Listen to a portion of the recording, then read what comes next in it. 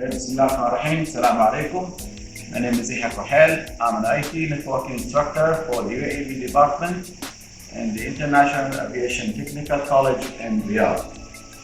Our subject today, inshallah, is the networking.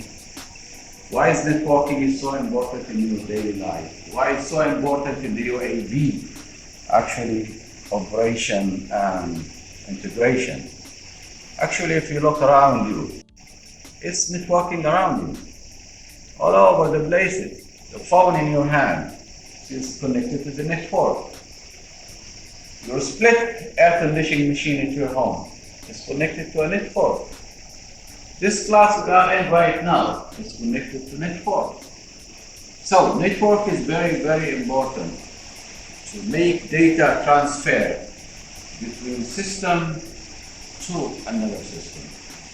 What about the UAV? Why we have to teach the IT and networking for the UAV department?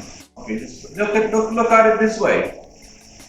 We have a ground control station, we have a data link station, and then we have the drone. Okay? So in order for the drone to connect the ground station, you have to have a data link, uplink and downlink. Okay, what about the uplink and downlink? The uplink, the data going to the drone, and the downlink, the data coming back from the drone to the ground. It should go through what's called a router. This is a small type of routers. Okay? So what you're gonna see in the UAV operation, you're gonna see like a big, huge routers with a lot of cables coming out of it, like let's say 50 plus cable coming out of it. You see, whenever I say router, people are get confused between hub, switch, router. What is hub? What is switch? What is router? All these are the connecting devices that connect all these data communication together. So the most intelligent one now we have in the market is the router. Router is a very intelligent machine. And then we have the semi-intelligent, and then we have the dumb one. This is the dumb machine, the hub. Why we call it a dumb machine? Because it's receiving information and sending it to everywhere without knowing where that information is going to.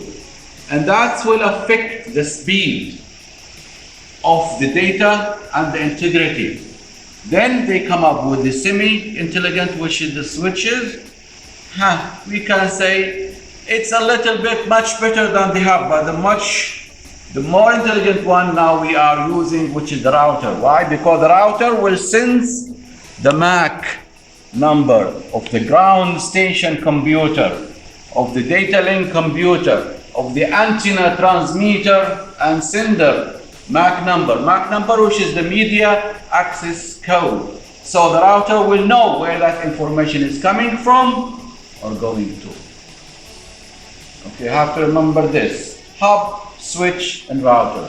You're gonna deal with this all the time. Of course, you're gonna connect it with the cables. If the connection are wired. If it's wireless, you can connect it wirelessly. But in all cases, you have to have a NIC and NIM.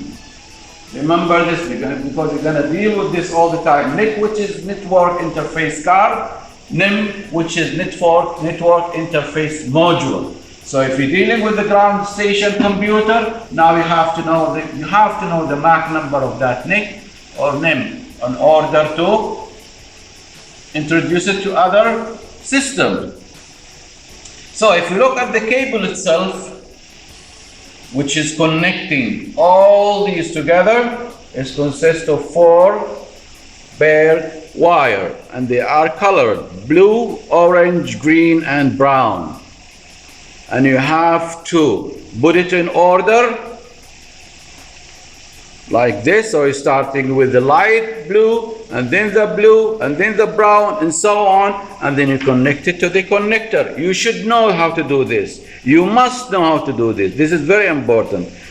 So whenever you insert it in this connector, you have to use your crimper. This is the essential tool for you guys when you work in the network IT. So that's a crimper. you put the connector, which is called RG45, to the Cat6 cable or Cat5 cable or Cat6E cable, and then you crimp it. Once you crimp it, you're gonna have something like this.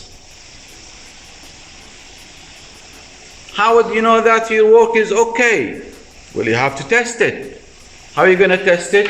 You have an RG45 tester. So this is, guys, only an introduction. We are not done into the networking system yet. So you connect to the tester in one end to the other end, and then you operate the system. The system will start reading all 8 wires. If the integrated check between both ends are okay, you're not gonna have any mismatch. 1 + 1, 2 + 2, 3 + 3, 4 + 4, and so on up to 8. So if the test is okay, your cable is fine. Now you can use it in any application. Just imagine that you have a cable like 150 meters from the ground station up to the data link station. So you have to make sure that cable is okay, otherwise it's gonna damage the whole system.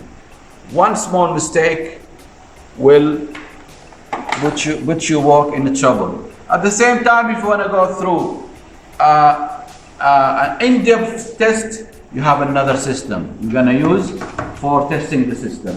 These are your essential tools when you work on the network system. You have to have the crimper, the slicer, and the cutter. These are your 3 essential tools when you work in the network system. For the time being, we're gonna inshallah do something called the integrated check between all these systems. Whenever inshallah next time when we have a machine, a laptop, and another machine, so we have to have at least 3 machines to do the integrated between all these components. And that's for all now, guys. And thank you very much. Inshallah, we'll see you again.